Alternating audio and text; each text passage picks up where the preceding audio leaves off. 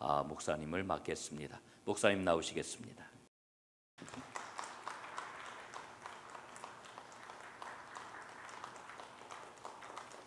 할렐루야. 오늘 이 새벽에도 하나님께서 우리를 말씀으로 만나 주실 줄로 믿습니다.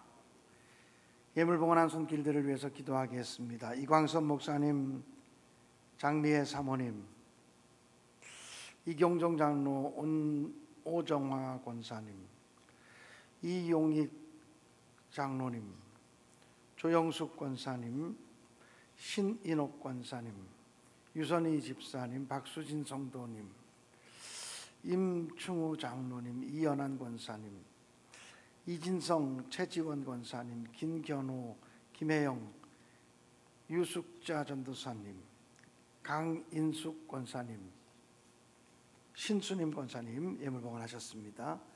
또 1000번째 647번 신정렬 권사님 봉헌하셨습니다. 기도하겠습니다. 하나님 아버지 은혜와 사랑을 진심으로 감사합니다. 오늘도 자고 깨었으니 주께서 우리를 지키셨음을 믿습니다. 오늘도 자고 깨었으니 주의 은혜임을 믿습니다. 성령 충만한 한 날 되어지게 인도하여 주시옵소서. 그리고 성의 세 번째 날 첫 번째 집회, 다섯 번째 집회를 통해서 하나님 만나 주시옵소서. 이 시간도 하나님의 은혜를 사모하며 귀한 예물 봉헌한 손길이 있습니다.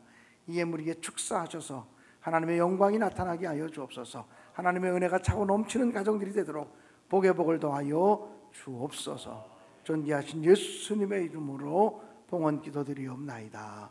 아멘. 여러분, 믿음이란 무엇일까요?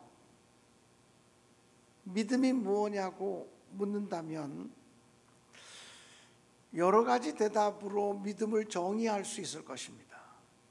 그런데 이 시간 저는 믿음이 뭐냐고 묻는다면 믿음은 염려하지 않는 것이라고 말씀드리고 싶습니다. 믿음은 걱정하지 않는 것이다. 이게 믿음이다. 염려와 믿음은 반비례하게 되어져 있습니다. 믿음이 커지면 커질수록 염려는 작아지고, 믿음이 작아지면 작을수록 염려가 커진다고 하는 사실을 아시기 바랍니다. 믿음도 좋은데 염려도 많다, 있을 수가 없습니다. 그러니까 믿음과 염려는 같이 갈 수 없습니다. 반비례할 수밖에 없습니다. 예전에 우리가 그 비포장도로가 많았던 그런 시대를 살았던 적이 있지 않습니까? 어떤 사람이 시골길을 가다가 손을 흔들어 차를 세우게 되었습니다. 예전에는 이렇게 사람이 인적한 그런 동네를 갈 때는 차가 오면 손을 들어서 차를 세워가지고 태워달라고 그러고 타고 갔던 시절이 있지 않습니까? 요즘 같으면 모르는 사람 차를 어떻게 감히 탈 수가 있습니까? 근데 제가 중학생, 고등학생 때만 해도, 또는 청년 때만 해도 손을 흔들어서 다른 사람 차를 세워가지고 차 좀 태워주세요, 그래가지고 간 적이 여러 번 있습니다. 어떤 사람이 시골에서 손을 흔들어 차를 세웠습니다. 마침 화물차가 딱 그 앞에 섰습니다. 화물차 운전수가 뒤에 타세요. 불편하지만 뒤에 타세요. 그래서 그 화물차 뒤에 탔습니다. 그 화물차는 무엇을 운반하는 차였냐면 장례식이 일어난 집에 관을 운반해 주는 차였습니다. 그 화물차에 타보니까 관이 놓여 있어요. 그 사람이 어디 앉을까 그러다가 관 위에 이렇게 앉았어요. 앉아가지고 가만히 조금 가는데 갑자기 비가 후둑후둑 떨어지는 거예요. 마른 하늘에 비가 올 때가 있지 않습니까? 비가 후둑후둑 떨어지니까 비를 좀 피해야 되는데, 이게 화물차, 이게 호로도 없는 화물차지 비를 피할 데가 없는 거예요. 이거 비를 어떡하지? 그러고 있는데 가만 보니까 그게 관을 옮기는 차거든요. 빈 관이잖아요. 여기 들어가 있으면 비는 안 맞겠다 싶어가지고 관짝을 열고 그 안에 들어가서 문을 닫았어요. 깜깜하잖아요. 빛이 하나도 안 들어오잖아요. 그만 이렇게 누워있다가 살짝 잠이 들어버렸어요. 그런데 한 고개 두 고개를 넘어서 또 어떤 사람이 손을 들고 차를 태워달라고 요청을 했어요. 이 화물차 운전기사가 마음이 좋은 사람인지 뒤에 타세요. 뒤에 타세요. 그래가지고 그 다음 사람이 탔어요. 탔는데 방금 전에 비가 왔다가 그쳤기 때문에 그 차 여기저기에 물방울이 있었어요. 특별히 관 그 위에 물방울이 있어서 거기에 앉을 수가 없잖아요. 그러니까는 한쪽에 이렇게 뭘 가지고 비를 맞은 데를 좀 쓸어내고 거기에 이렇게 앉아서 있었어요. 그런데 문제는 그 관 안에 들어가서 지금 잠을 자고 있는 사람이 있었어요. 이 사람이 조금 잠을 자다가 깜짝 놀라서 일어나 보니까 깜깜해요. 여기가 어디지? 내가 지금 잠깐 비를 피해서 잠을 자고 있었지. 그리고는 관장문을 확 열면서 잘 잤다. 그리고 일어났어요. 그런데 전후 사정을 알 수 없는 뒤에 탄 사람은 갑자기 죽은 사람이 일어나면서 잘 잤다 그러니까 이 너무너무나 놀라가지고 달리던 차에서 뛰어내렸다 그래요. 실제 있었던 일이고요. 여러분, 우리라도 그런 경우를 만났다면 정말 소스라치게 놀랐을 거예요. 그 사람이 왜 놀라게 되었을까요? 전후 사정을 모르기 때문에 그래요. 우리가 왜 염려하는 걸까요? 우리가 이 세상을 살아가면서 왜 놀라는 걸까요? 왜 두려움에 빠지는 걸까요? 우리의 인생의 전후 사정을 몰라서 그럴 때가 참 많아요. 하나님이 내 인생을, 하나님이 우리의 인생을 인도해 가시고 있다고 하는 것을 명확하게 알게 되면 염려할 일도 없고 걱정할 일도 없는데, 그걸 모르기 때문에 염려하고 걱정하고 조바심 내고 그러는 경우들이 얼마나 많은지 몰라요. 우리가 염려하고 걱정하는 것의 대부분은 그런 종류의 것이라고 하는 사실을 아셔야 돼요. 미국의 아서 랭크라고 하는 사업가가 있었습니다. 이 사람은 그리스도인이었고 하나님을 진실하게 섬겨가는 사람인데 어느 날 자기의 모습을 돌아보며 반성했어요. 성경에는 분명히 염려하지 말라, 걱정하지 말라, 너희 염려를 주께 맡겨버리라, 이런 말이 참 많은데 왜 그렇게 내 삶 속에는 염려가 많은 걸까? 왜 이렇게 내 삶 속에는 걱정이 많은 걸까? 내가 걱정 안 하며 살 수는 없을까? 근데 자기는 사업을 하는 사람인데 걱정을 안 할 수는 없을 것 같더래요. 사업하는 사람이 걱정을 안 하면 사업이 전개될 것 같지 않더라는 거예요.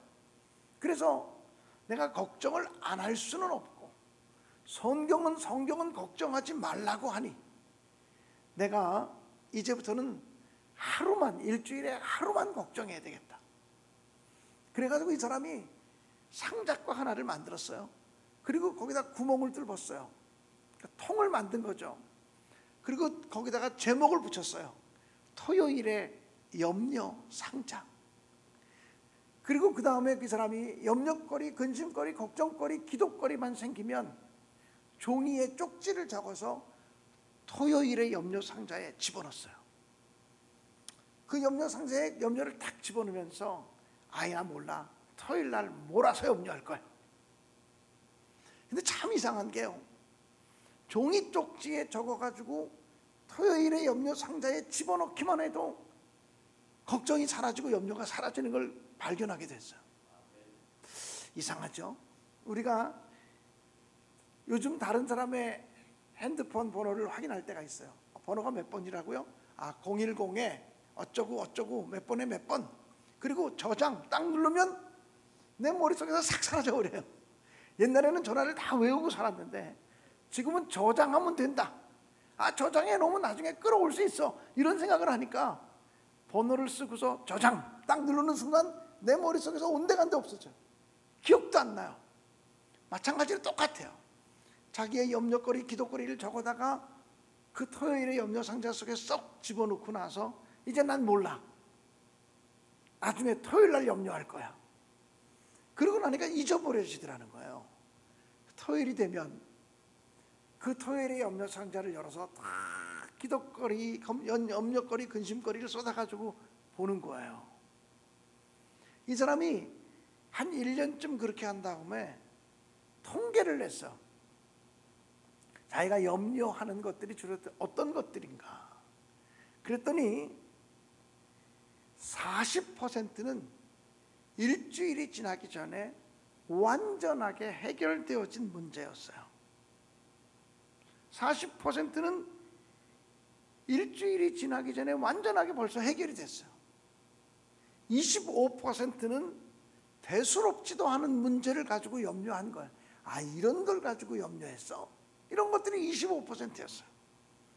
또 25%는 잘못 판단해서 생겨진 염려였어요. 잘못 생각하고 잘못 판단해서 생겨진 염려였어요. 그리고 나서 보니까 자기가 토요일의 염려 상자 속에 집어넣었던 염려 속에서 정당하다고 느껴지는 염려는 10% 정도라고 하는 사실을 발견했어요. 제가 예전에 어떤 심리학 책을 보니까 인간이 하는 염려 중에 8% 정도만 정당한 염려이고 92% 정도는 쓰잘데기 없는 염려를 하고 있다고 하는 보고서를 읽은 적이 있어요. 이 아서랭크라고 하는 사람은 그 10%의 염려도 기도하며 맡겼더니 하나님이 해결해 주시더라, 이렇게 고백을 했습니다. 성경에 보면 오늘 성경 본문에 너무나 유명한 말씀을 택했죠. 빌립보서 4장 6절 7절 아무것도 염려하지 말고. 여러분, 아무것도 염려하지 말라고 성경은 얘기해요. 아무것도 염려하지 말라. 성경을 우리가 읽어보면 염려하지 말라, 근심하지 말라 이런 말이 550번이나 기록이 되어져 있대요. 우리에게 염려하지 말라고 성경은 계속 권면해요. 너희 염려를 주께 다 맡겨버려라. 이는 주가 너희를 권고하심이니라고 베드로 사도는 이야기해요. 그러므로 여러분이 염려하지 않는 것이 믿음이다. 내 염려를 맡아주시는 분이 있다고 하는 사실을 기억하고 염려를 주님께 턱 맡기시기를 주님의 이름으로 간절히 축원합니다. 만약에 어떤 사람이 저녁 때 금전 거래가 이루어져서 저녁 때 현찰로 1억 이상의 돈을 받게 되었다면, 그게 낮 시간에 받으면 은행에 예치를 하거나 그럴 때 저녁에 1억 이상의 돈을 받았는데 어떻게 은행 갈 수 있는 시간이 없어요. 그렇게 되면 하룻밤을 잠잘 때 편하지가 않을 거예요. 혹시 밤에 하룻밤 자는 사이에 도둑이라도 들어오면 어떡하나, 강도라도 들어오면 어떡하나, 이런 생각이 들 수밖에 없을 거예요. 그래서 잠을 뒤척일 거예요. 그런데 그 다음날 아침에 일어나서 은행 가서 그 1억을 맡겼어요. 은행에다 돈을 맡기고 나오면서 매일같이 오늘 은행에 내 돈이 잘 있을까? 누가 훔쳐가지 않았을까? 염려하는 사람 없어요. 왜? 은행에다 맡겼기 때문에.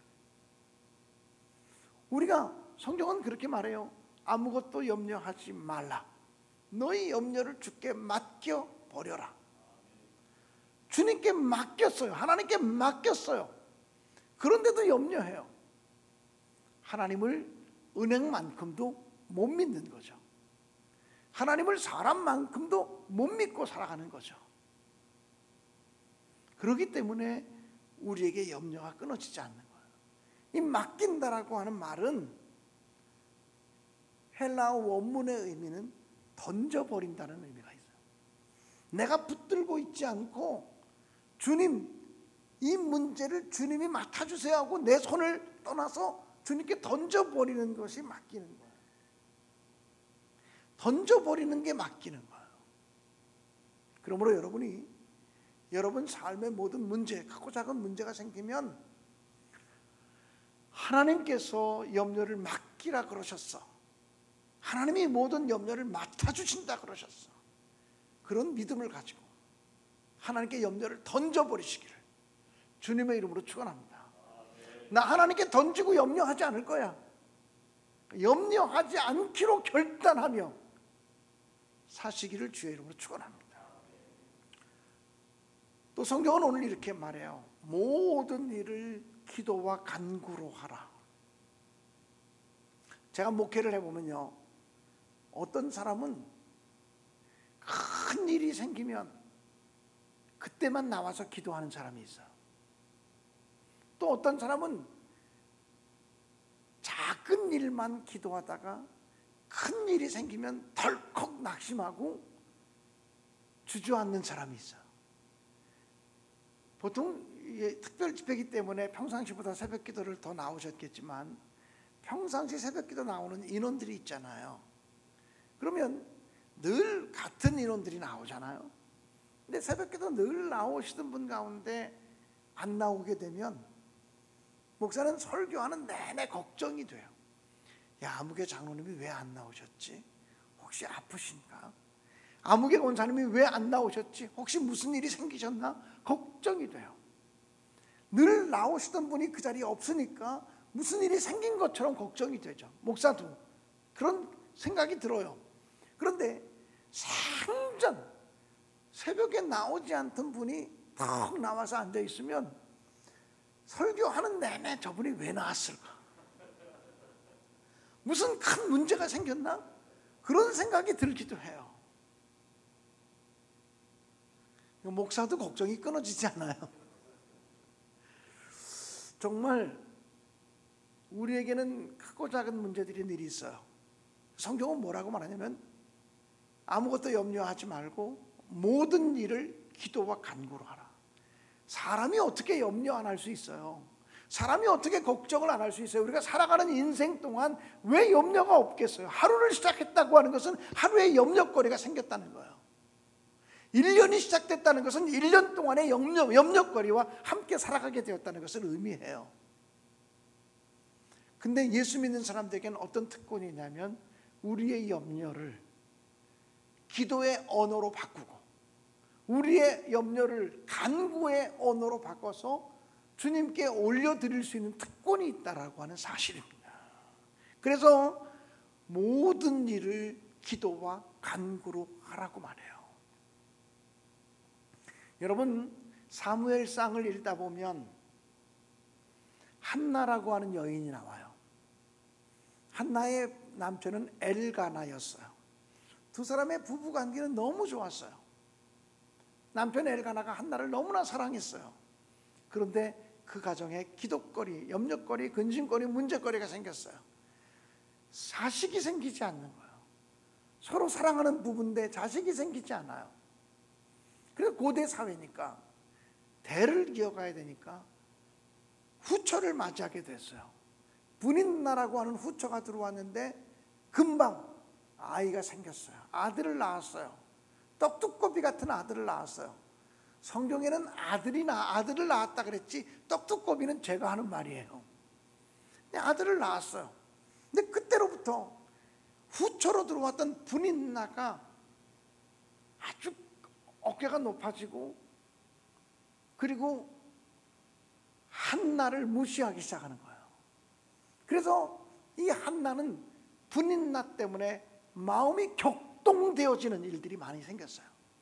분인나만 보면 이게 속이 뒤집혀서 견딜 수가 없어요. 그래서 이 한나는 분인나 때문에 그 생겨진 문제 때문에 분인나 때문에 기도하는 자리로 나아갔어요. 실로에 있는 하나님의 성전으로. 때를 따라 우리를 분노하게 하고 우리의 마음을 뒤집어 놓고 우리의 속을 뒤집어 놓는 문제들이 있을 때가 있어요. 그런 문제를 만날 때가 있어요. 그때 분인나 때문에 주저앉지 말고 한나처럼 분인나 때문에 기도하는 자리로 나아가시는 우리 모두가 되어질 수 있기를 주님의 이름으로 간절히 축복합니다. 예수 믿는 사람들은, 하나님 믿는 사람들은 우리의 염려와 근심과 걱정, 우리의 속상함, 속쓰림 문제를 기도의 언어로 바꾸어서, 간구의 언어로 바꾸어서 하나님께 드릴 수 있는 특권이 있어요. 한나가 가서 기도했어요. 얼마나 간절하게, 얼마나 오랫동안 열심히 기도했는지 한나가 기도하는 모습을 지켜보던 엘리 제사장이 한나가 술 취한 줄 알고 꾸짖었어요.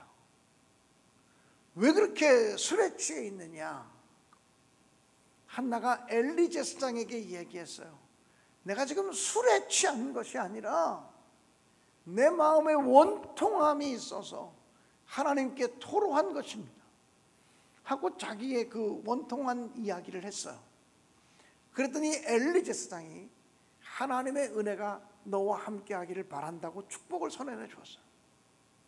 그런데 한나는 기도를 마치고 엘리 제사장으로부터 하나님의 은혜가 있기를 원한다고 하는 축복을 선언받고 집으로 돌아와서 먹고 잠자고 그 얼굴에서 예전 성경에는 수색이 떠나갔다 그랬어요. 근심빛이 떠나갔다 그랬어요. 요즘 성경에는 얼굴에 근심빛이 사라졌다 그래요. 한나는 아들 낳지 못하는 것 때문에 분인날을 통해서 격동함을 받고 속이 뒤틀려질 때 그 문제를 가지고 분인날 때문에 기도하는 자리로 나가서 자기의 모든 문제를 기도의 언어로 바꾸어서 하나님께 드렸어요. 그리고 엘리 제사장을 통해서 하나님의 은혜가 있기를, 이런 축복을 받았어요. 그리고 집으로 와서는 먹고 마시고 잠을 잘 수 있게 됐어요. 얼굴에 근심빛이 떠났어요. 한나의 기도가 지금 응답됐어요? 안 응답됐어요? 응답됐어요? 안 응답됐어요? 아직 안 응답됐어요. 아직 아들이 생긴 거 아니에요. 적어도 아들이 생기려면 1년이라는 시간이 필요할 것이고 빨라도 10개월이라는 시간이 필요할 거예요. 그런데 한나는 더 이상 걱정하지 않아요. 더 이상 염려하지 않아요. 더 이상 근심하지 않아요. 얼굴에 근심빛이 사라졌어요. 왜? 내 염려를, 내 걱정을 기도의 언어로 하나님께 맡겼기 때문에 나 기도했어. 그래 걱정하지 않아. 나 하나님께 간구했어. 그러니 염려하지 않아. 이게 바로 한나의 믿음이었어요. 그리고 정말 그의 믿음처럼 사무엘이라는 아들을 선물로 받게 되죠. 저는 이 부분에서 꼭 드리고 싶은 말씀이 있어요. 여러분, 엘리 제사장은 그렇게 훌륭한 제사장이 아니에요. 한나가 기도하고 있는 건지 술 취한 것인지조차도 분별할 수 없을 만큼 영적 분별력이 굉장히 떨어져 있는 제사장이었어요. 엘리 제사장은 자기의 두 아들 홈니와 비느하스마저 바르게 양육하지 못해서 엘리 제사장 시대에 블레셋과 홈니와 비느하스 두 아들이 싸우러 갔다가 하나님의 임재를 상징하는 법궤까지 빼앗기고, 그래서 하나님의 영광이 떠난 시대를 살았어요. 법궤를 빼앗겼다는 이야기를 듣고서 엘리 제사장은 의자에 앉아있다가 너무나 놀라서 꼬꾸라져서 넘어지면서 목뼈가 부러져서 목이 부러져 죽었다고 성경은 말했어요. 이렇게 비참한 지도자가 있을까요? 이렇게 비참한 영적 지도자가 있을까요? 결코 엘리 제사장은 훌륭한 영적 지도자가 아니야. 엘리 제사장 본받을 필요 없어요. 그런데 한나의 기도의 응답이 누구를 통해서 주어져요? 엘리 제사장을 통해서 주어져요. 비록 그 사람은 온전치 못한 사람이지만, 그 사람은 부족함이 많은 사람이었지만 하나님의 은혜와 축복이 엘리 제사장을 통해서 한나에게 흘러갔다고 하는 사실을 아셔야 돼요. 한나는 엘리 제사장을 통하여 하나님의 은혜가 함께할 것이니 평안히 가라, 이 여인이여 평안히 가라, 하나님의 은혜가 너에게 있기를 원한다는 얘기를 들을 때, 아, 주의 종으로부터 축복을 선언받았으니 내 문제 해결됐어, 이 믿음이 있었단 말이에요. 여러분, 아무리 부족하게 느껴지는 주의 종들이라도, 아무리 부족하게 느껴지는 영적 지도자라도 하나님의 축복의 원리는 영적 지도자를 통해서 축복이 흘러가기를 원하신다고 하는 사실을 명심하시기를 주님의 이름으로 축원합니다.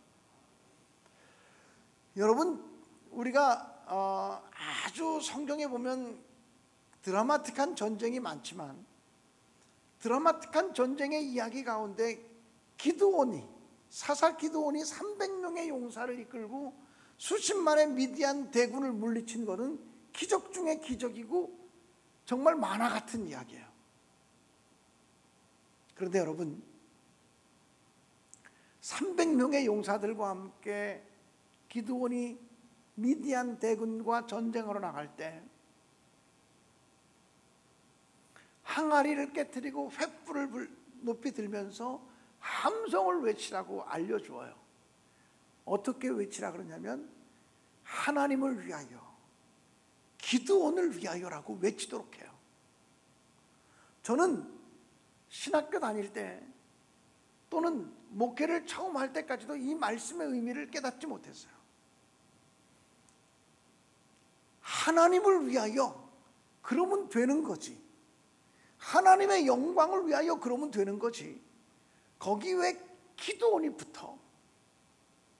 하나님을 위하여 그렇게 외치고 싸우면 되는 거지. 하나님을 위하여, 기드온을 위하여라고 외치게 했거든요.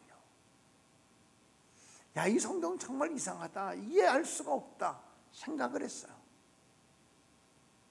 여러분은 성경 읽으면서 혹시 그런 생각 안 했어요? 하나님의 영광을 위하여라고 말하면 되지, 거기에 지도자로 세우신 기드온을 위하여라고 하는 말은 도대체 왜 들어가는 걸까? 근데 제가 목회를 지금 37년째 하고 있는데 제가 목회를 하면서 이제 깨달아져요. 하나님의 축복의 원리는 언제나 하나님이 세우신 영적인 지도자를 통해서 흘러간다고 하는 사실을 아셔야 돼요. 그가 비록 부족한 사람이라고 할지라도, 그가 비록 흠이 많은 사람이라고 할지라도 하나님이 그를 폐하시기 전까지는, 하나님이 그를 데려가시기 전까지는 그 지도자를 통해서 하나님의 축복이 흘러간다는 거예요. 다시 말하면 하나님이 지도자로 세워주신 기드온을 위하지 않으면, 기드온을 통해서 들려진 하나님의 음성에 순종하지 않으면 절대로 하나님의 영광을 위해서 살아갈 수 없다는 거예요. 그래서 우리 은총의 숲 전동교회 성도들은 기도할 때 하나님을 위하여, 이광섭 목사님을 위하여라고 기도하셔야 돼요. 아니, 목사님 거기에 왜 사람 이름이 붙어요? 그냥 하나님을 위하여 그러면 되지, 그거 인위적이지 않아요? 아니요, 성경이 그렇게 얘기하고 있어요. 하나님을 위하여, 기드온을 위하여. 여러분, 출애굽할 때 이스라엘 백성들이요, 하나님께서 이스라엘 백성들을 어떻게 이끄셨냐면 모세를 두려워하는 마음을 갖게 하셨다고 말해요. 영적 지도자인 모세를 두려워하는 마음을 품게 하셨다고. 그래서 이스라엘 백성들을 이끌고 나가셨어요. 이스라엘 백성들이 모세, 지도자로 세우신 모세를 경외하고 두려워하는 마음이 없었다면, 물론 어저께 설교한 것처럼 어떤 때는 이스라엘 백성들이 분노해서 돌을 들고 대적하기도 했지만 거의 대부분 40년의 시간은 이스라엘 백성들이 영적인 지도자로 세우신 모세를 굉장히 두려워했어요. 그런 마음이 없었다면 그 광야길을 일사불란하게 움직일 수 없었습니다. 이게 가나안 땅에 도착하기 전에 질이 멸렬하고 말았어요. 한나라고 하는 여인을 보면 자기의 모든 문제가 영적 지도자였던 엘리제상을 통해서 해결받아요. 사사 기드온은 하나님을 위하여, 기드온을 위하여라고 외치게 해요. 저는요, 저희 교회에서도 이 설교 당당하게 해요. 김광현 목사가 부족한 사람이고 흠이 많은 사람이지만 여러분이 저와 함께 아름다운 하나님 나라를 우리 신내교회에서 이루어가기 위해서는 김광현 목사를 위해 주셔야 된다고 얘기를 해요. 나도 여러분의 기도를 받으며 정직하게 목회하겠느라고, 겸손하게 목회하겠느라고 고백을 해요. 우리 전농교회, 은총의 숲 전농교회가 하나님을 위하여, 이광섭 목사님을 위하여 이렇게 표어를 외쳐도 하나도 어색하지 않고 모든 교인들이 기쁘게 그렇게 기도할 수 있는 그런 질서 있고 영적인 교회로 세워질 수 있게 되어지기를 주님의 이름으로 간절히 축원드립니다. 성경은 이야기합니다. 아무것도 염려하지 말고 오직 모든 일에 너희 구할 것을 기도와 간구로 하라. 기도와 간구로 하라.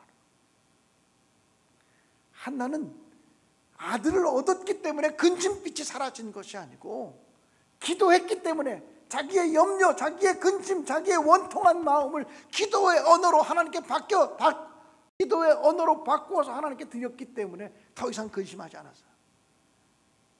한나 염려스럽지 않아요? 근심하지 않아요? 아니, 나 근심하지 않아요. 염려하지 않아요. 왜요?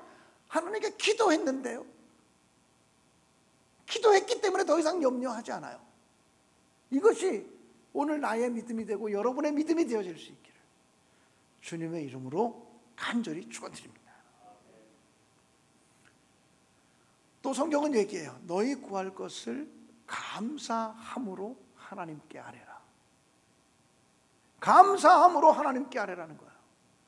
우리의 염려와 우리의 근심을 기도의 언어로 바꾸어서 하나님께 드리되 감사함으로 하나님께 아뢰라.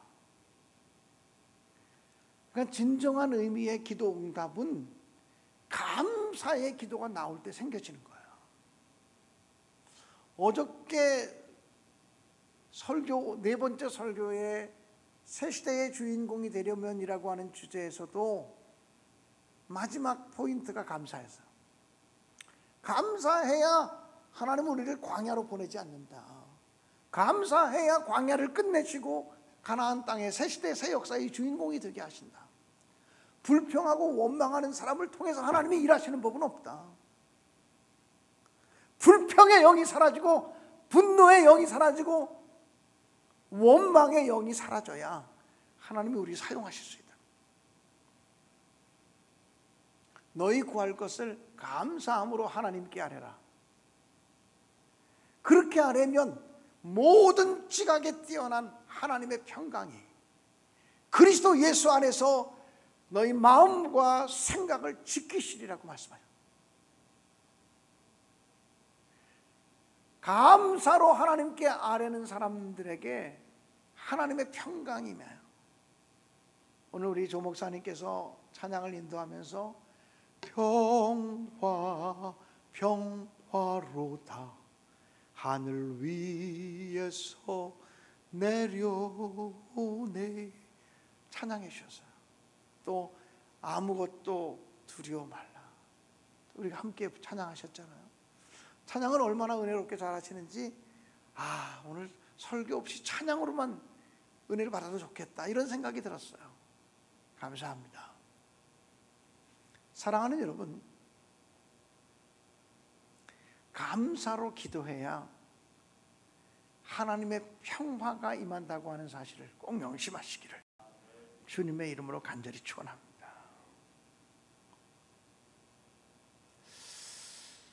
지금 제가 한 가지 간증을 하고 할까 말까 고민하고 있는데 할게요. 제가 지금 신내교회 담임 목사이지만 예전에 내가 서울연의 성북지방 석관제일교회 담임 목사로서 섬긴 적이 있었어요.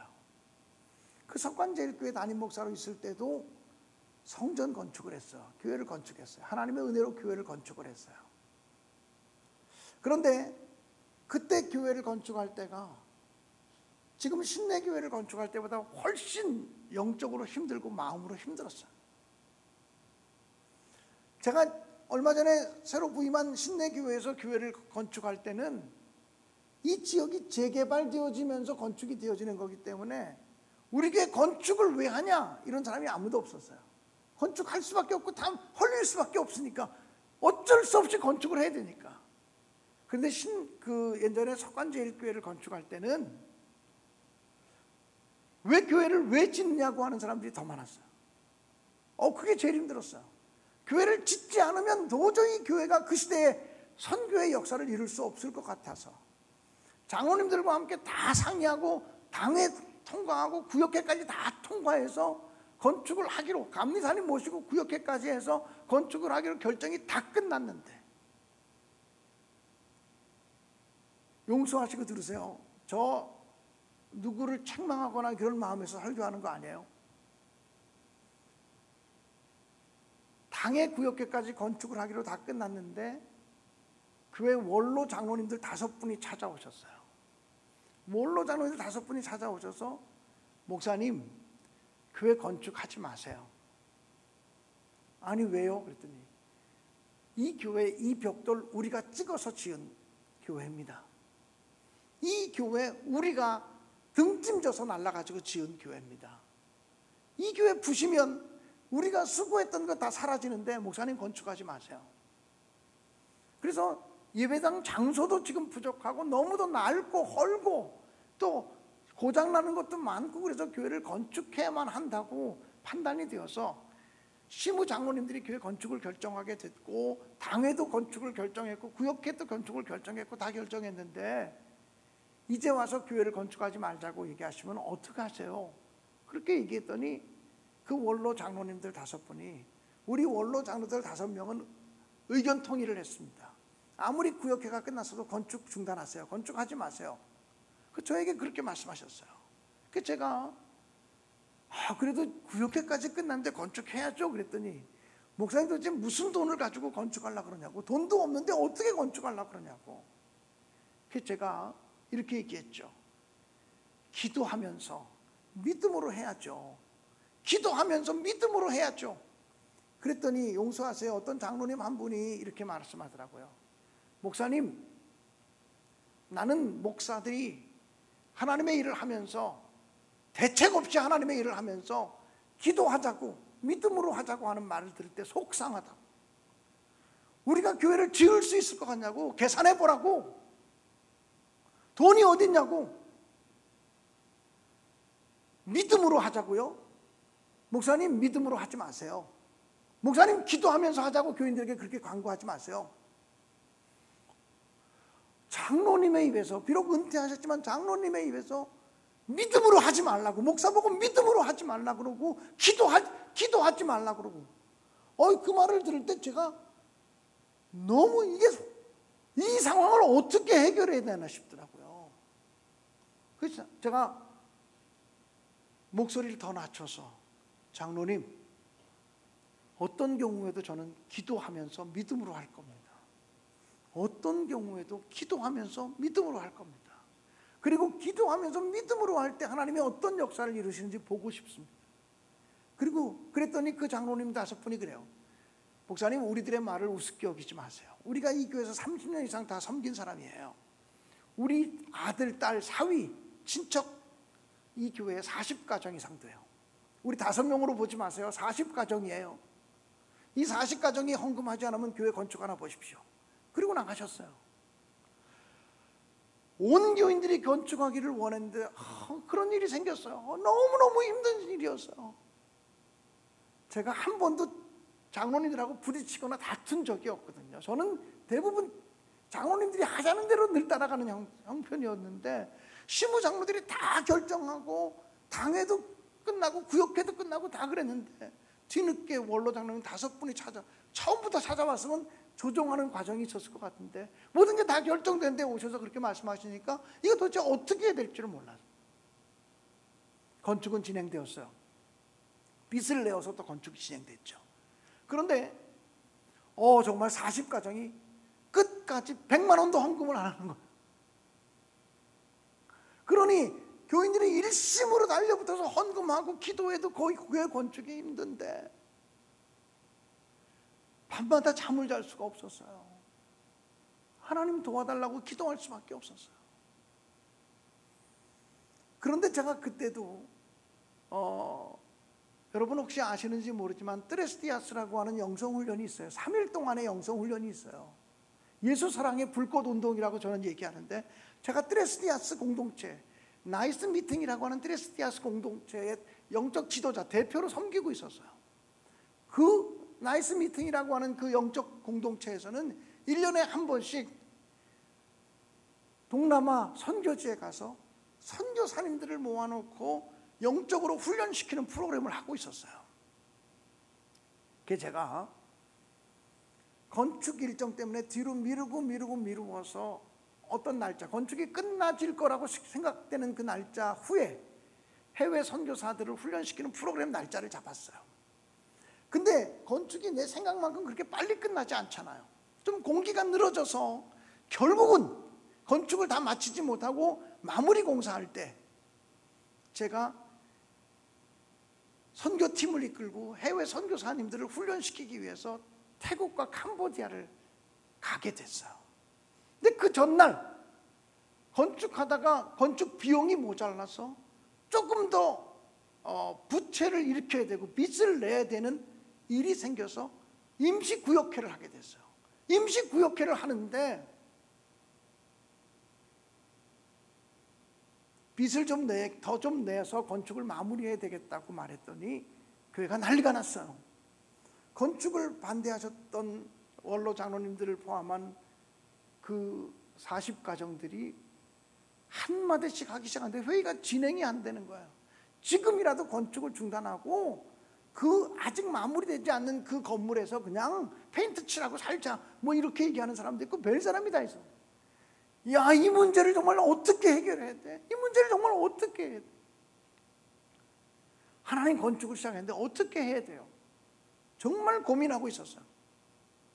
그런데 제가 주보에 내일부터 2주 동안 제가 12일 동안 태국과 캄보디아를 선교하러 간다고 광고가 나갔거든요. 어떤 원로 장로님 한 분이 나오셔서 도대체 우리 목사님이 철이 있는 사람이냐, 건축이 마무리되지도 않았는데 해외로 놀러 가는 목사가 어딨냐, 그리고 선교 여행, 선교를 위해서 가는 거, 설교하러 가는 것을, 영성훈련하러 가는 것을 해외 놀러 간다고 표현하시더라고요. 정말 힘든 시간이었는데 제가 하나님 앞에 기도하면서 회의를 잘 인내하면서 조금 더 언성을 높이지 않고 회의를 잘 마치고 회의가 끝났어요. 그렇지만 회의를 진행하는 과정에 너무너무 힘들고 기가 다 빠져나가는 것처럼 어려웠어요. 그 집에 들어가니까 우리 집사람이 여보, 그렇게 수모를 당하면서 내일 해외 선교지 가서 선교 훈련을 시켜야 되겠냐고, 당신 모든 일정 포기하고 중단했으면 좋겠다. 그리고 거기 다른 목사님들 가시니까 다른 목사님께 말씀 전하는 거 다 맡기면 되지 않냐고. 제가 그때 제 아내에게 그렇게 말했어요. 당신마저 그렇게 믿음 없는 소리를 하시면 어떡하냐고. 내가 정말 놀러 가는 거냐고. 선교사님들에게 말씀을 전하기 위해서 내가 준비했다 가는 거라고. 그러면서 하나님이 정말 기뻐하는 일을 하기 위해서 가는 거기 때문에 난 모든 것 주께 맡기고 간다고. 모든 문제 주께 건축에 대한 문제, 교회가 회의하면서 마지막에 시끄러웠던 모든 문제 다 주께 맡기고 가겠다고 그러고 갔어요. 그러면서 저희 아내한테 내가 죽으면 죽으리라는 결단을 가지고 가기 때문에 하나님이 분명히 나는 믿음으로 승리하면 굉장히 생각지도 못한 큰 선물을 주실 거라고 나는 확신한다고. 그리고 갔어요. 그리고 태국에 가서 3박 4일 동안 영성훈련을 하고 하루 쉬었다가 캄보디아로 가서 캄보디아의 선교사님들 40-50명을 또 모아서 영성훈련을, 태국에서 30-40명, 캄보디아에서 30-40명, 한 70-80명의 선교사들을 훈련시키는, 초교파적으로 감리교 목사뿐 아니에요. 감리교, 장로교, 성교교, 침례교회, 순복음교회 교파를 초월해서 선교사들을 훈련하는 시간을 가졌어요. 프로그램이 캄보디아 갔을 때의 일이었어요. 프로그램을 다 마치고 저녁 늦은 시간에 잠자리에 들어야 돼요. 다 흩어지고 제 숙소로 들어왔어요. 잠을 자기 전에 이제 하루 일정을 마치면서 하나님께 기도하는 거예요. 하나님 감사합니다. 이곳에서 모든 일정을 마치게 하셔서 감사합니다고 감사 기도를 드렸어요. 그러면서 하나님, 제가 두고 떠나온 우리 석관제일교회 하나님 지켜주세요. 제가 너무 힘들고 어려울 때 선교지에 오게 됐어요. 지켜주세요 라고 기도하기 시작했어요. 근데 교회 생각을 하니까 갑자기 가슴이 탁 막히면서 갑자기 숨이 안 쉬어지는 거예요. 여러분, 갑자기 숨이 안 쉬어지는데 그 침대 위를 혼자서 떼굴떼굴 굴렀어요. 아무리 숨을 쉬려고 해도 숨이 안 쉬어져요. 답답하게 숨이 막혀서 죽을 것 같은 거예요. 이게 한국이래야 어디 나가서 뭐 도움을 요청하지, 캄보디아에서 그 나라 말도 안 통하고 그 사람 영어들도 안 통해요. 약을 구하려도 약을 구할 수 없고 다 숙소로부터 잠자는 시간이고, 나 혼자서 그냥 가슴을 부여잡고 숨을 안 쉬어서 헉헉거리고 있었어요. 나중에 생각해 보니까 그게 뭐냐면 하도 제가 참고 또 참아서 생긴 우라병이었어요. 시집살이 많이 하는 며느리들이 걸리는 우라병이 목사에게 걸린 거예요. 목사가 우라병이 생겨가지고 숨을 못 쉬고 있는 거예요. 근데 정말 간증은 이제부터 시작이에요. 숨을 못 쉬고 막 죽을 것 같이 힘든데 마음속 깊은 곳에서부터 샘솟듯이 기쁨이, 감사가 퐁퐁퐁퐁 올라오는 것 같아요. 갑자기 어떤 생각이 들었냐면, 나 이러다 죽으면, 죽을 것처럼 힘들었거든요. 나 이러다 죽으면 하나님 나라 가서 할 말 있다. 나 하나님의 교회 건축하다가 이 병 걸려서 왔어요. 나 하나님의 교회 건축하다가 이 어려움 당했어요. 나 하나님 영광 위해서 선교사들을 위해서 헌신하다가 지금 숨 못 쉬어서 왔어요. 하나님 앞에 가면 내가 자랑스럽게 얘기할 것이 있다고 생각하니까 하나님 앞에서 부끄러움이 없는 거예요. 하나님 앞에서 너무 감사한 거예요. 그래서 하나님 앞에서 나 이러다 죽으면 할 말 있다, 이 생각이 나니까 그냥 여기서부터 기쁨이 막 솟아, 숨은 안 쉬어지는데, 숨은 안 쉬어서 죽을 것 같은데 마음속에서는 어디서 생겨지는지 기쁨의 샘이 콸콸콸콸 터지고 감사함이 올라오는 거예요. 그래서 숨을 못 쉬면서 침대 위를 대굴대굴 구르다가 하나님 감사합니다, 하나님 감사. 숨이 안 쉬어지니까 말을 붙이지도 못해요. 하나님 감사, 하나님 감사. 수십 번, 수백 번을 하나님 감사합니다라고 외치는데 갑자기 숨이 펑 뚫리더라고요.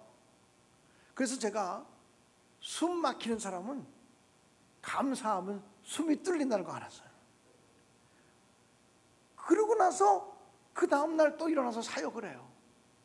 그리고 잠잘 때 되면 또 교회 일만 생각하면 가슴이 울렁거리고 가슴이 막혀요.